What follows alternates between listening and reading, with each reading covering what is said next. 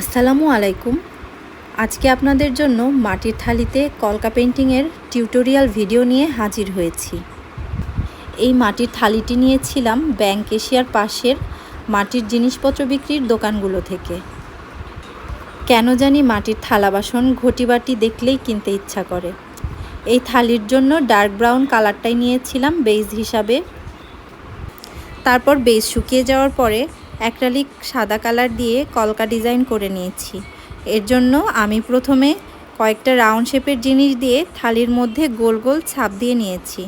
তারপরে প্রয়োজন অনুযায়ী রাউন্ড ফিগারের ব্রাশগুলো কলকা ডিজাইনের জন্য ব্যবহার করেছি। মাটির থালির উপরে সাদা কালারটাই আমার কাছে বেশি ভালো লাগে। এছাড়া অনেকগুলো কালার দিলে কেমন জানি খিচুড়ি খিচুড়ি ডিজাইন মনে হয়। আলপনা থিমের জন্য সাদা কালারটাই বেস্ট। থালি পেন্টিং নিয়ে আরও কিছু জানার থাকলে কমেন্টে লিখে জানাবেন, অবশ্যই উত্তর দেওয়ার চেষ্টা করব। রঙটাকে পার্মানেন্ট করার জন্য অবশ্যই ভার্নিশ ব্যবহার করতে হবে। ভার্নিশ ব্যবহার করলে পানিতেও রঙগুলো উঠে যাবে না। ভার্নিশ ছাড়া মাটির জিনিস রেখে দিলে ছত্রাক পড়ার সম্ভাবনা থাকে। আল্লাহ হাফেজ। ধন্যবাদ সবাইকে।